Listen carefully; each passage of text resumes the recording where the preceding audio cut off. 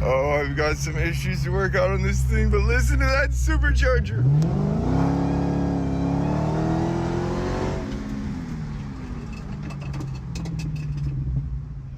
We're back to work. This morning we are removing the oil cooler line right here because on the back side it is messed up and was leaking, and somewhere it was leaking, and they had this over it, some rubber and a hose clamp to try to stop it. So we're gonna fix it the right way, hopefully take it to a place and see if they can weld it for me. Y'all stay tuned. We also gotta find out a way to mount this. Hopefully I can find another mounting bracket or a whole other oil cooler, because I'm pretty sure there's supposed to be like a housing and stuff around this. I also have no idea what these wires that I've marked go to yet. I think these might be crash sensors, but all of these I have no idea yet.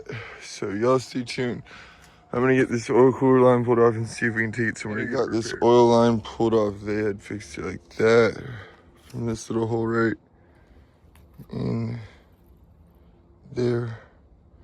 So I'm gonna take this and try to get it repaired. I also noticed we have a line that's cut right here on that, and something about this was leaking.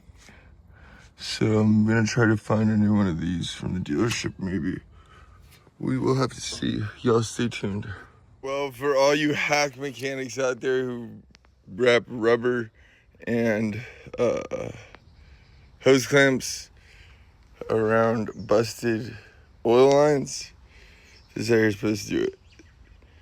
$34, and I also got two other things from the store, so probably like $15 for that. And it's actually done right. So let's get this installed and let's get this thing started. Hey guys, we are back and we are getting the oil line that we got fixed installed. So see right there how I got it fixed. Patched it up very nicely. It was like $20, so we're gonna go ahead and get it plugged all in and see if it leaks oil anymore. Well, you guys, I need your help. So this oil cooler over here seems to be mounted the proper way. Yes, there's a bracket. Over here, this oil cooler is not mounted the proper way. This is mounted the Memphis way, and there's no bracket. So can someone tell me what I'm missing here? Also, all of these plugs are not plugged in. I don't know what they go to, but they're not plugged in. They come from right under here. It's not stuff for the wheels because that's all plugged in, it looks like. But I'm about to pull this oil cooler off and take this and see if we can get it welded and repaired. Y'all stay tuned. You guys, temporarily, since that cooler is like $1,000, I'm gonna make a little bracket out of this piece of aluminum to mount it instead of those zip ties. So I'm gonna bend this at a 45 in the vise, and I went ahead and made a little bracket for the oil cooler, and it is mounted on there now. So let's go ahead and put a new oil filter on and some oil in this thing, get it started up, and try to find out where this leak is that we have back here. A bullet hole hit somewhere back in there. I think we have a little coolant dripping down, but we're about to have to get this thing running and see. Y'all stay tuned. Well, we find another bullet hole. This is probably the most complete one I've found so far.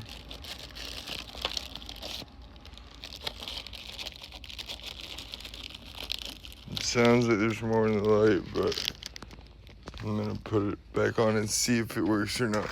Hopefully we don't find any more. You guys, it is late night. We are trying to get a key programmed for this parts car so we can go ahead and start stripping out all these parts out of it, and have a key made with the modules. But having a little bit of trouble making a key for this car, so we'll see what happens. Well, we are cleaning up all the trunk stuff. We got those modules mounted, we got that module mounted.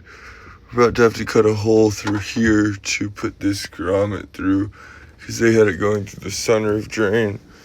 So let's go ahead and measure that, see where it's gonna be, and get it cut out. We back at it like a crack addict.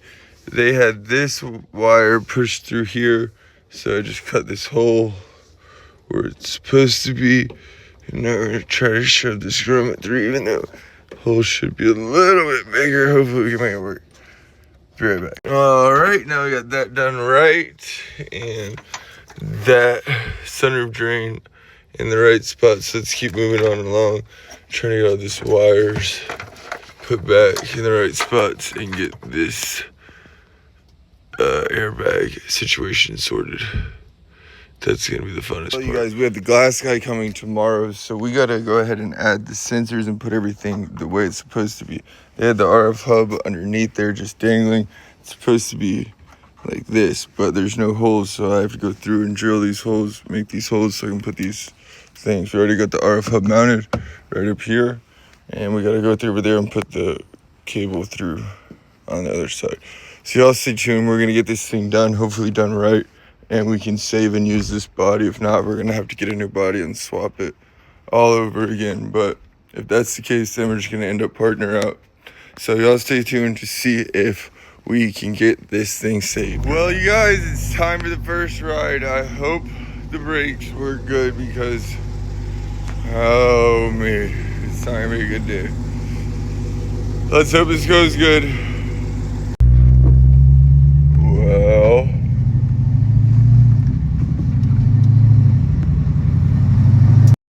right now we got it mounted, so it just plugs in right here.